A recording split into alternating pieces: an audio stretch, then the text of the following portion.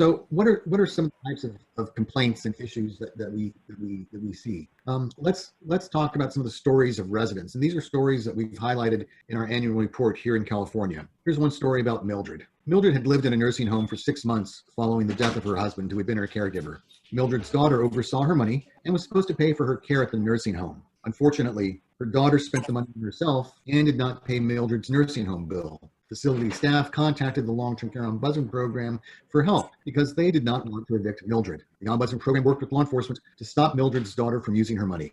Other family members are now taking care of Mildred's bills. Let's listen to another story. Robert had lived in a nursing home for a year, and due to a stroke, he was unable to move his body and was in bed most of the time. Robert told his ombudsman that another resident was coming into his room and hitting him, grabbing his arms and legs and yelling at him. The ombudsman was able to ensure that facility staff protected Robert from further abuse. Let's listen to one more story. Jennifer had resided in a residential care facility for the elderly since 1999. Eventually, she used all of her savings to pay for the facility. She contacted the Ombudsman program for help to avoid being evicted to a nursing home. The program was able to help Jennifer qualify for state and federal programs that subsidized her care.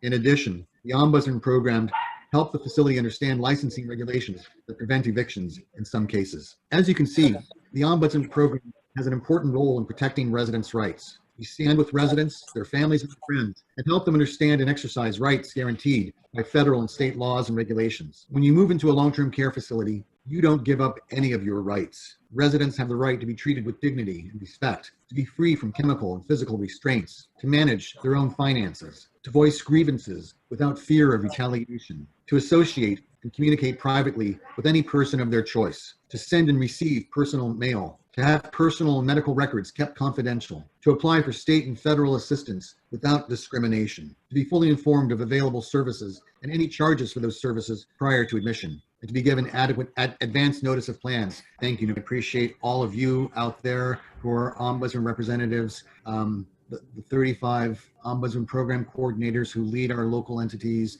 the regional coordinators, the staff, the volunteers. You're all so important and so valuable in helping protect residents' rights. So thank you.